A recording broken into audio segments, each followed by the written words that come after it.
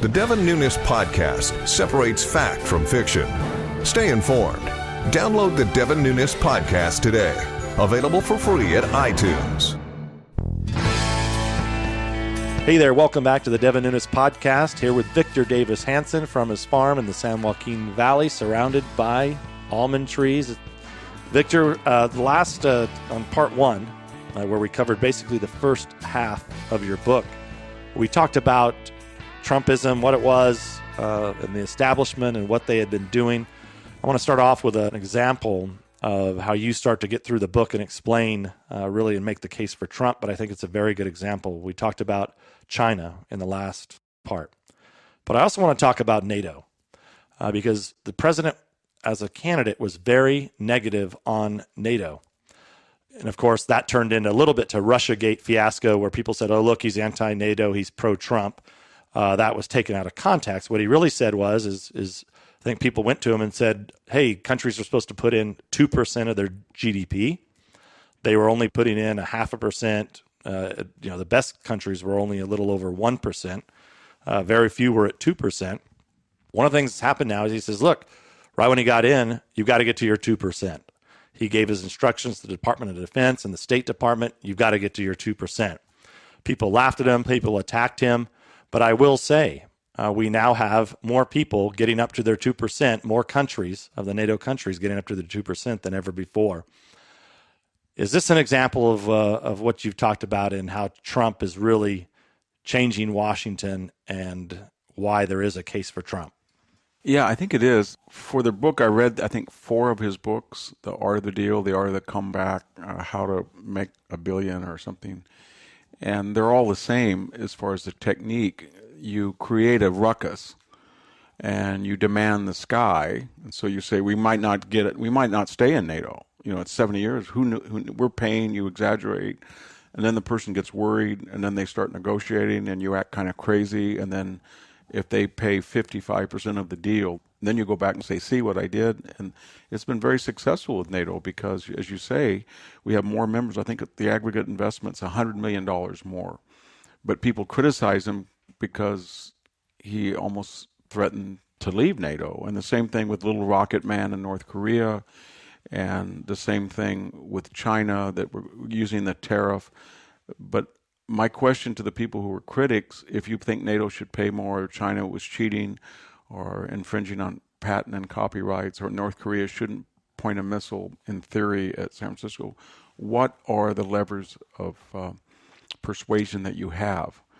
I don't know any. Barack Obama said that you guys in NATO are free riders, and then he didn't do anything. And people had all said China can't do this, but unless you threaten them with tariffs, you have no lever. And people were angry that he used these levers, but all the prior presidents of both parties had been sober and judicious, 6-party talks, agreed framework, and they don't work. And I was shocked when he went to Germany, went to a meeting, and of course Germany's the most powerful economy in Europe, and he really called them out. You're putting in 1% of your commitment to NATO, and worse than that, you're going to buy gas with a new pipeline from Russia. You're already buying gas. Now you're going to basically be totally reliant on gas because you're shutting down your nuclear power plants. You're shutting down your coal plants because of the global warming, climate change hysteria. And what you're really doing is you're feeding the beast in Russia. You're giving Putin the money to build the weapons and the weapon systems to attack NATO. And, this has been going on for a long time. You have the former president of Germany that's actually working with the Russians. For the president, it's probably one of the things that I'm most proud about that he's done is really called them out, called them on the carpet, saying it to them directly. And of course, you had people, oh my gosh, he's threatening one of our allies, Germany. Well, look, that needed to be said. It did. People forget that there's a problem with Germany. Of all the 27 EU nations, according to the Pew poll, they have the least regard for America. 52% think America is a positive. I think Putin is 47. So, and it was almost that way with Obama. So they're almost a neutral, at least as far as the population. And Trump understood that. And they're not popular with the Eastern Europeans who are scared of them and don't like their immigration. They're not popular with the Southern Europeans who feel that there's this financial dictate to them. They're not popular with the British on Brexit. They're the ones. I think they spend 1.3% GDP on defense. If they were to go to 2, everybody would follow them. If they stay at 1.3, because they run stuff. So for Trump to just zero in on Germany, he had a cunning that he thought, you know what? This is going to resonate because people in Eastern Europe, Southern Europe, and Britain don't like Britain, and they don't like Germany. And Germany's been very negative to us, and yet they're hypocrites. They got this $70 billion deficit that we run up with them. They have a surplus with us. They undermine NATO. They're cutting deals. Schroeder works for Gazprom. They're cutting. Schroeder, I was trying to remember the name. Yeah, and they're. They need to be called out. Gazprom is the Russian oil company. He called them out, and guess what? People snickered. They privately thought, oh, you can't do that. But privately, they were happy to see the Germany that they feared get their comeuppance. I think we have a real problem with Germany. I really do, because it's moving in a direction that it has in the last 100 years, and that's sort of aggregating power within Europe. And the EU is not really the EU anymore. It's really the German mercantile system, where they artificially use a lower EU currency for a mercantile system. Had they had the Deutschmark, it would be so high their trade would be symmetrical. So they do a lot of things that are not in the interest of the West, and they're very sensitive, they're very anti-American, and I'm really happy that Trump kind of, for the first time, said, you guys have to account for yourself. So, Victor, the classicist historian, was coming out in this interview talking about the history of Germany, and one of the things as you close out the book, you talk about, and I think you defined President Trump as a tragic hero. Can you talk about just a little history of where that comes from, and then why you think he's a tragic hero? Well, it comes from ancient Greece and Homer's Iliad, Achilles, Hector, but especially in the tragedian Sophocles, and it's somebody who has certain skill sets that can solve problems, but they have character defects. At least they're not completely civilizational. So when societies, and we see it on our own Western cinema, Shane, Magnificent Seven, High Noon, The Searchers, maybe your audience is not familiar with these classic Westerns, but I know they know of Dirty Harry or Taken in a modern context. So society looks toward, how do we solve the trade deficit? How do we deal with energy production? How do we get GDP? How do we get this and that? And they don't have answers. And then they turn, and extremists, to somebody who comes in that bothers them and takes care of business. We do it in military affairs with Curtis LeMay in World War II, or George Patton, pretty uncouth guy. And then as they start to succeed, the people who brought them in are uncomfortable. They're uncomfortable with the rallies, the tweets, the Queen's accent, and the tragic hero then gets desperate for acknowledgement. You know, that great scene in the Magnificent Seven when they say, after they get rid of the bad guys and the village kind of wants them to leave, they said, I think it's Yul Brynner turns to Steve McQueen, said, we lose, we always lose. And he says to the old man of the village, well, the old man says, they would thank you if they could. They really appreciate it. And they said, they really appreciate us leaving. And the same thing with John Wayne in The Searchers. He walks out. He saves the day, but he walks out. There's a great play by Sophocles called The Ajax, and most of it is the guy whining. Ajax, I'm the best warrior. After Achilles died, I saved us, and yet they didn't give me the armor. They didn't give me what I deserved. I didn't get any ratings. This is unfair. It's terrible. And they try to tell him, well, you're a little weird, so you make people feel uncomfortable. So in a way they're heroic, but it's tragic. They don't end well. And I don't think whether Trump, I hope he leaves office in 2024, but I don't think he's going to be considered a wise man like Obama or Clinton or George Bush, or at funerals where ex-presidents come. Mm-hmm. I don't think they'll want to sit next to him. And that's going to be kind of tragic, because if you look at his actual economic and foreign policy record so far, it's better in his first 2.5 years than any president since Reagan, and maybe including Reagan. Well, then imagine what he could have done without having to deal with this Russia fiasco. That's a very good point. For the last couple of years. That's a great point. And in closing up here, I think I've heard you say this before, that Trump was kind of the antidote, that the rip off the Band-Aid. Yeah. And he really has exposed, I would say, not any particular order, but he definitely has exposed the fake news media. And we've been dealing with these guys forever. Always, well, you have to talk to some of these media outlets because if not, you don't get your part of the story in. Even knowing that they're going to write a 300, 400, 500, 600 word article, 90% of it's going to be against you, and they're going to put whatever quote or you're responding to their nonsense in the final 50 words. And I think one of the things that Trump has finally, I think, convinced conservatives and Republicans is that, look, these guys are the enemy. And I don't think Trump saw these guys as the enemy originally, but he saw them turn on him. And then now he knows, and they used fake news. They tried to say it was Obama who used fake news to define why Trump won.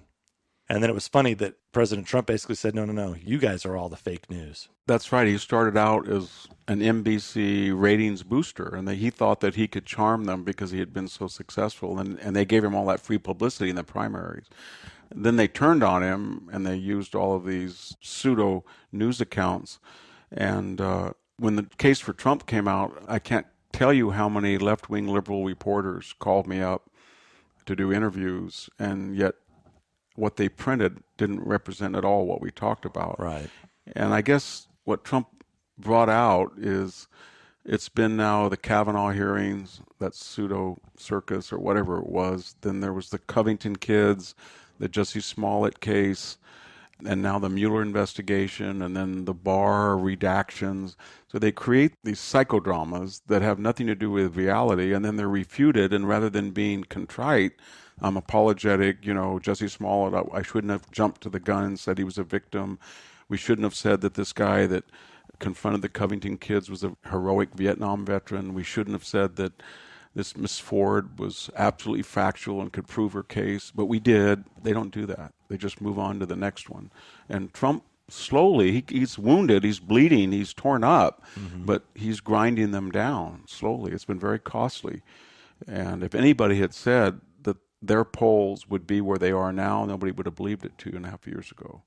He's really, for a guy who's 72 years old and not in the greatest of shape and doesn't get sleep and gets up every morning and reads and is told that he's a crook, he's going to be impeached, he's going to be in jail, his family, it's absolutely amazing that he continues to fight back with that energy level. I agree with you. The book is called The Case for Trump by Dr. Victor Davis Hansen. Victor, thanks a lot for doing this. Thank you. This is my second book review, and I hope you all enjoyed it.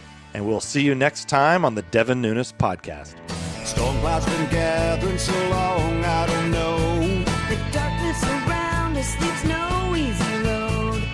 We started wondering if every road dead ends our dreams. Wind whips the dust up and rain's pouring down. Good people struggling in every hometown. We've started wondering if we even matter at all.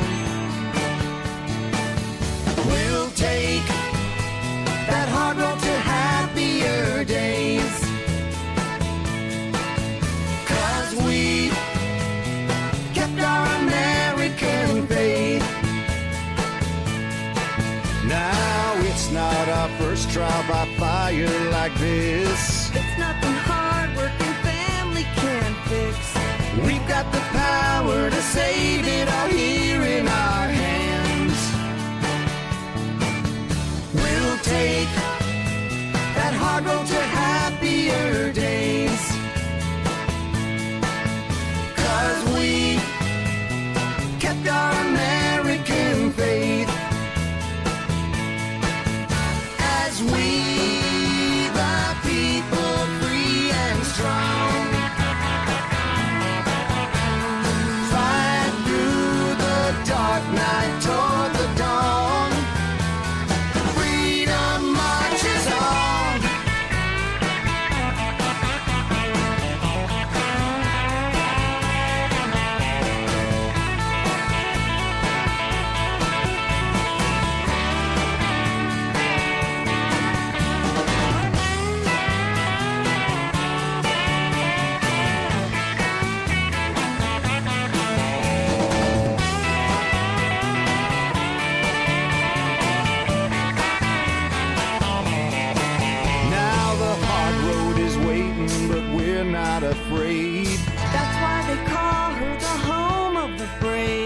With a prayer and a purpose, we're already half the way there. We'll take that hard road to happier days, 'cause we kept our American faith.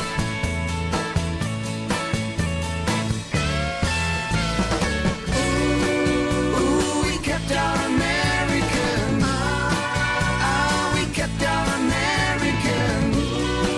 Ooh, we kept our American. We kept our American faith. Freedom marches on. Paid for by Devin Nunes Campaign Committee.